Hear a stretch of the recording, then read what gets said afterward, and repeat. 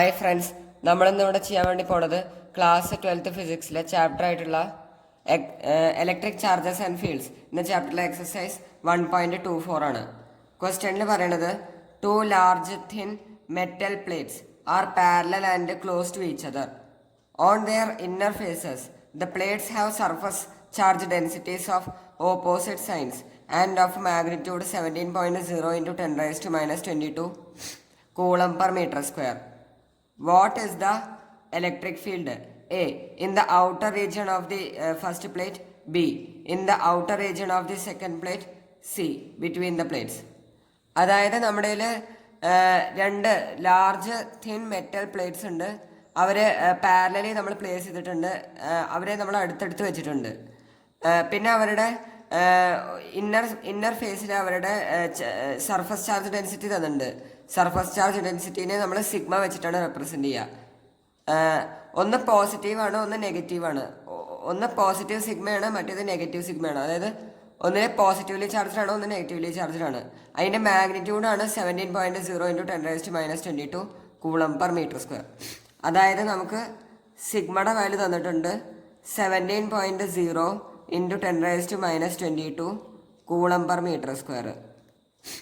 അങ്ങനെയാണെങ്കിൽ ആ രണ്ട് ചാർജ്ഡ് പ്ലേറ്റ് കാരണം ഉണ്ടാവുന്ന ഇലക്ട്രിക് ഫീൽഡ് ഓരോ മൂന്ന് ഡിഫറെൻറ്റ് പൊസിഷനിൽ എത്രയാണ് ഉണ്ടാവുക എന്നാണ് ചോദ്യം. അപ്പോൾ എങ്ങനെയാണ് ഈ ചോദ്യം ചെയ്യാന്നുള്ളത് നോക്കാം. അതായത് രണ്ട് ലാർജ് തിൻ മെറ്റാലിക് പ്ലേറ്റ്സ് ഉണ്ട്. അതായത് ഇതാ ഒരു പ്ലേറ്റ്, ഇത് മറ്റേ പ്ലേറ്റ്, ഇതിൽ പോസിറ്റീവ്ലി ചാർജ്ഡ് ആണ്, ഇതിൽ നെഗറ്റീവ്ലി ചാർജ്ഡ് ആണ്. ഇതിൻ്റെ ചാർജ് ഡെൻസിറ്റി എന്ന് പറയുന്നത് പ്ലസ് സിഗ്മ, ഇതിൻ്റെ ചാർജ് ഡെൻസിറ്റി മൈനസ് സിഗ്മ. അതിൻ്റെ വാല്യൂ ആണ് 17.0 into 10 raised to minus 22 coulomb per metre square. Magnitude ഇതതിൻ്റെ പ്ലസ്, ഇതതിൻ്റെ മൈനസ്. അപ്പോൾ നമ്മളോട് ചോദിച്ചിട്ടുള്ളത് ആദ്യം ഇലക്ട്രിക് ഫീൽഡ് കാണാനാണ് പറഞ്ഞിട്ടുള്ളത്.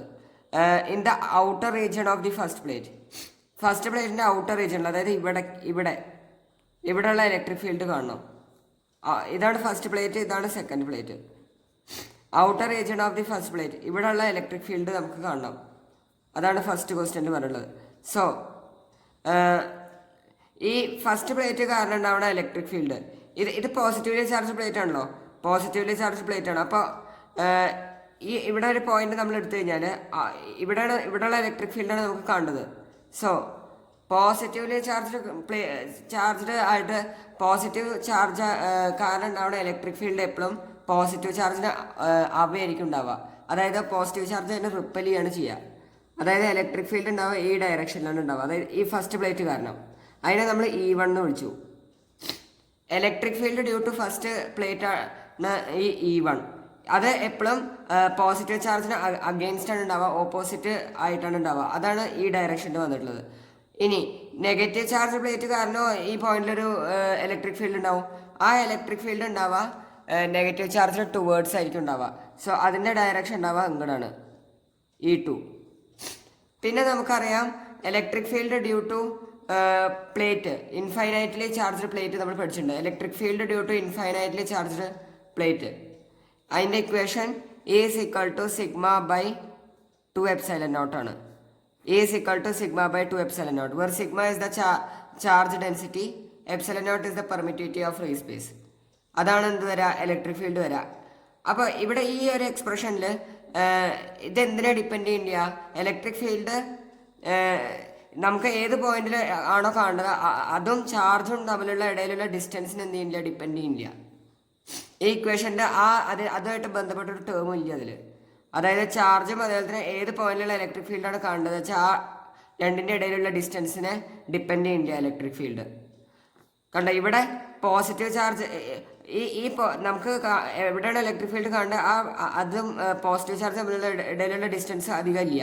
അതേസമയം നെഗറ്റീവ് ചാർജ് തമ്മിലുള്ള ഡിസ്റ്റൻസ് ഭയങ്കര ദൂരമുണ്ട്. പക്ഷെ അത് എന്ത് ചെയ്യില്ല, ഡിപ്പെൻഡ് ചെയ്യില്ല. ഇലക്ട്രിക് ഫീൽഡ് എന്താണ്, independent of the distance between the charge and the എവിടെയാണോ കാണേണ്ടത് വെച്ചാൽ ആ ഭാഗത്തുള്ള ആ പോയിന്റിലുള്ള ഡിസ്റ്റൻസിൻ്റെ ഇടയിൽ അതിനെന്ത് ചെയ്യില്ല, ഡിപ്പെൻഡ് ചെയ്യില്ല. സോ അത് കാരണം E1 എന്തിന് ഈക്വലാവും, E2 ഈക്വലാവും. E1 E2 ഈക്വലാവും. അതിനെ ഡിപ്പെൻഡ് ചെയ്യാത്തതുകൊണ്ട് E1 E2 ഈക്വൽ ആവും. സോ അത് രണ്ടും പരസ്പരം ക്യാൻസൽ ചെയ്ത് പോയിട്ട് അവസാനം 0 ആണ് നമുക്ക് കിട്ടുക.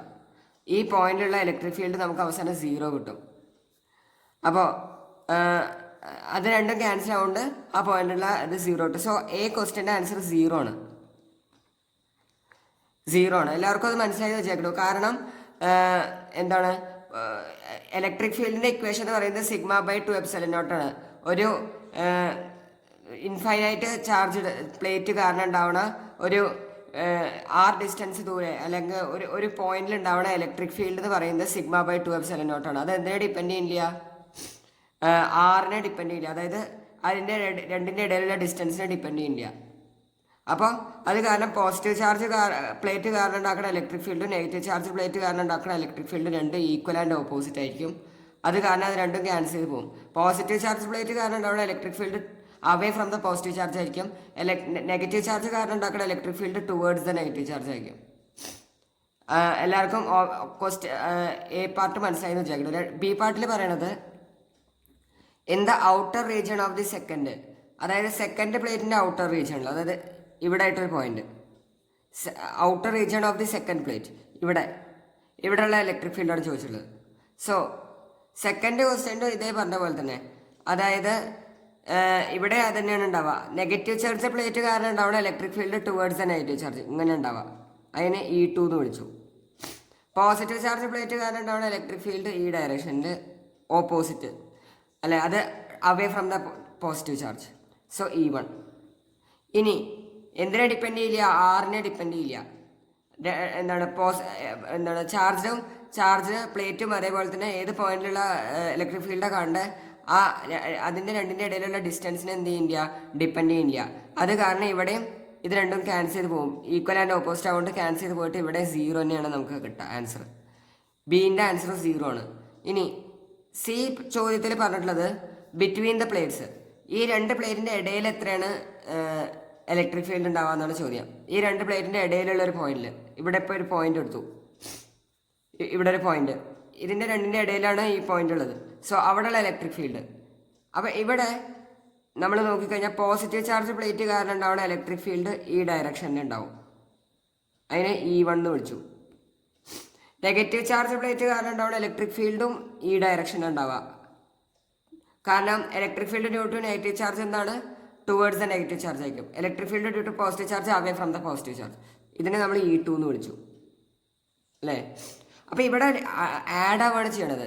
നെറ്റ് ഇലക്ട്രിക് ഫീൽഡ് ആഡ് ആവുകയാണ് ചെയ്യണത്. ഇവിടെ സബ്ട്രാക്ട് ആവുക ചെയ്തിരുന്നത്, ഇവിടെ എന്ത് ചെയ്യാണ്? ആഡ് ആവാണ്. സോ ഇവിടെ E net is equal to E1 + E2 ആണ് വരിക. E1 + E2. E1 എന്ന് പറയുന്നത് σ/2ε0, അതായത് ഇതും σ/2ε0 തന്നെയാണ് വരിക. അല്ലെ, രണ്ടിൻ്റെയും ചാർജ് ഡെൻസിറ്റി സെയിം ആണ്, അതും പറഞ്ഞിട്ടുണ്ട്, അല്ലേ? മാഗ്നിറ്റ്യൂഡ് സെയിം ആണ്. അപ്പോൾ അത് σ/ε0 എന്ന് വരും. ഇനി സിഗ്മയുടെ വാല്യൂ എത്രയാണ്? 17.0 × 10⁻⁻22 മാഗ്നിറ്റ്യൂഡ് എടുത്താൽ മതി. Coulomb/m², /ε0. Permittivity of free space 8.85 × 10⁻12. അപ്പോൾ ഇത് ചെയ്ത് കഴിഞ്ഞാൽ നമുക്ക് ഏകദേശം ആൻസർ വരാം.